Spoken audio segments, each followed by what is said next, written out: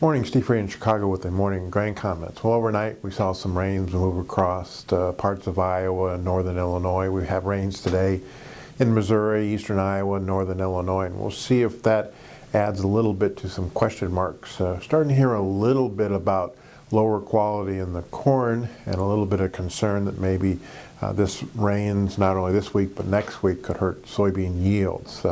Beans up about 6 cents, corn up a penny, wheat unchanged. Export sales delayed till tomorrow because of Monday's holidays. We do have some average guesses for the numbers that are going to come out September 12th. The corn crop, 15,027 million bushels. The government was 15,153 in August, so that suggests maybe a little bit lower yield. Beans, 4,089. The government was 4,060.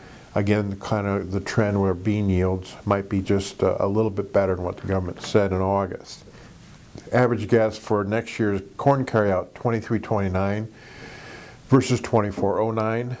Beans still 330 versus 330, and wheat 1,100 versus 1,100. The big question mark is this year's bean carryout. The average guess is 232 versus the government's 255. So you could make a scenario where if they don't raise the bean crop and raise demand, it could be a friendly report to the beans. Same thing in the corn. If they actually lower the corn yield, that could be a little friendly. Over the last 10 years, 6 times the USDA actually did lower the September corn crop number from the August number. We'll be watching to see what the funds do. Yesterday there were buyers of beans, meal, corn, and wheat. We're up against some resistance levels, especially in the beans and in the corn. See if we can poke through that and get a little bit more short covering. So looking for a little bit higher trade. Outside markets, you've got the crude higher. That's helping most commodities, and you have the dollar a little bit lower. So we'll just kind of see what the government says tomorrow as far as export sales.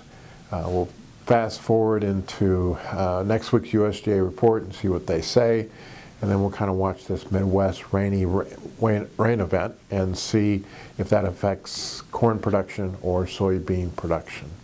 As always, these are my thoughts and not those of ADM or ADM Investor Services, and have a safe and profitable trading day.